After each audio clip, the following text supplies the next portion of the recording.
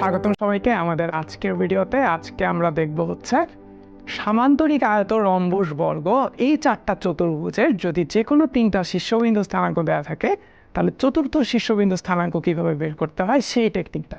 ঠিক আছে, এটা একটা ট্র্যাডিশনাল ওয়েতে তোমরা সলভ করো, বাট আমি তোমাদেরকে টাইম সেভিং একটা ওয়ে শেয়ার করব। তো চলো দেখি আমরা।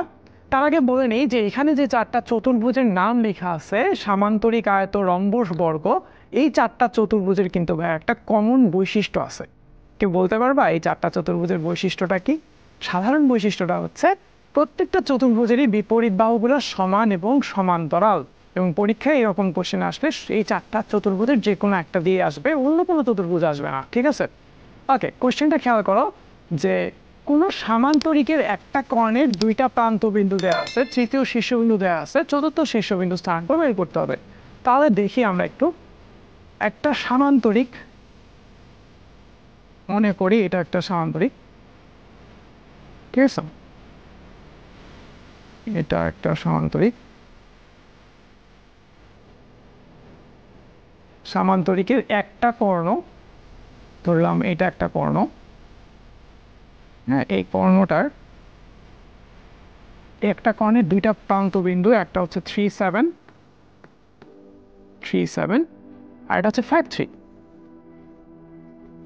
3, আর তৃতীয় একটা শীর্ষবিন্দু ধরলাম, এটা হচ্ছে 1, 1। চতুর্থ শীর্ষবিন্দুর স্থানাঙ্ক বের করতে হবে। ঠিক আছে, তো এটা আমরা এইচএসসি স্টুডেন্টরা কীভাবে সলভ করি, যা আমরা বলি যে সামান্তরিকের কর্ণ দুইটা পরস্পরকে সমদ্বিখণ্ডিত করে। সো এই শীর্ষবিন্দুটা আমি ধরে নিই আলফা বিটা, তারপরে এই দুইটার মধ্যবিন্দু আর এই দুইটার মধ্যবিন্দু সমান ধরে আলফা এবং বিটার ভ্যালু বের করি। একটু টাইম লেগে যায়, বাট আমি তোমাদেরকে মুখে মুখে অঙ্কটা কীভাবে করা যায় সেটা দেখাচ্ছি। খুব ভালো করে খেয়াল করো, এটা যদি সামান্তরিক হয় বা আয়ত রম্বস বর্গ এই চারটা চতুর্ভুজের কোনো একটা হয়, তাহলে কিন্তু ভাইয়া এই বাহুটা আর এই বাহুটা সমান এবং সমান্তরাল। তার মানে হচ্ছে এই বরাবর যেই চেঞ্জ করছে এই বরাবরও সেম চেঞ্জ করবে। দেখো, এই বরাবর ভুজ ছিল 1, হয়ে গেছে 5। ভুজ কিন্তু ভাইয়া বাড়ছে।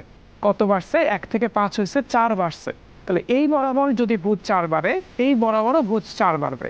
ভুজ ছিল 3, 4 বাড়লে হবে 7। আবার দেখো, কোটি ছিল 1, হয়েছে 3, 2 বাড়ছে। তাহলে এই বরাবর যেহেতু কোটি 2 বাড়ছে, এই বরাবরও কোটি 2 বাড়লে হবে 7 থেকে 2 বাড়লে হবে না। যতটুকু বাড়বে ঠিক ততটুকুই বাড়াই দিবা, যদি কমে তাহলে ঠিক ততটুকুই কমাই দিতে হবে। তুমি চাইলে এইভাবেও চিন্তা করতে পারতা, হ্যাঁ এই বাহু আর এই বাহুও তো সমান এবং সমান্তরাল, তাহলে তো এটাও বলা যায় যে এই বরাবর যেই চেঞ্জ এই বরাবরও সেম চেঞ্জ। হ্যাঁ হ্যাঁ, এটাও বলা যায়। খেয়াল করো, এখানে ভুজ 1, 2 বেড়ে 3 হয়েছে। সো এখানে ভুজ 5, এখান থেকে 2 বাড়লে হবে 7, মিলে গেছে। আবার দেখো, এখানে ভুজ 1, ভুজ 6 বেড়ে হয়েছে 7। এখানে ভুজ হচ্ছে 3, 3-এর সাথে 6 বাড়াই দিলে হবে 9। ঠিক আছে, আরও একটা ওয়ে আছে, সেটা হচ্ছে ভাইয়া এই দুইটা যোগ করে এটা বিয়োগ করে দিলেই কিন্তু তুমি এটা পাবা। কীরকম ভাইয়া? 3 যোগ 5 কত? 8। 8 থেকে 1 বিয়োগ করলে হয় 7। ঠিক আছে, আবার দেখো 7 যোগ 3 হচ্ছে 10।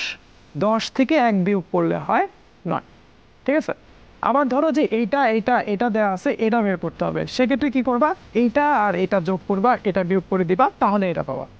ওকে, তাহলে এই ম্যাথটা, এই এমসিকিউটা, কোনো সামান্তরিকের একটা কর্ণের দুইটা প্রান্তবিন্দু 1, 3 ও 9, 1, তৃতীয় শীর্ষবিন্দু স্থানাঙ্ক 5, 7 হইলে চতুর্থ শীর্ষবিন্দু স্থানাঙ্ক বের করতে হবে। Option A, option B, option C নাকি অপশন ডি? রাইট অপশনটা ঝটপট জানাই দাও কমেন্ট সেকশনে। Thanks for watching.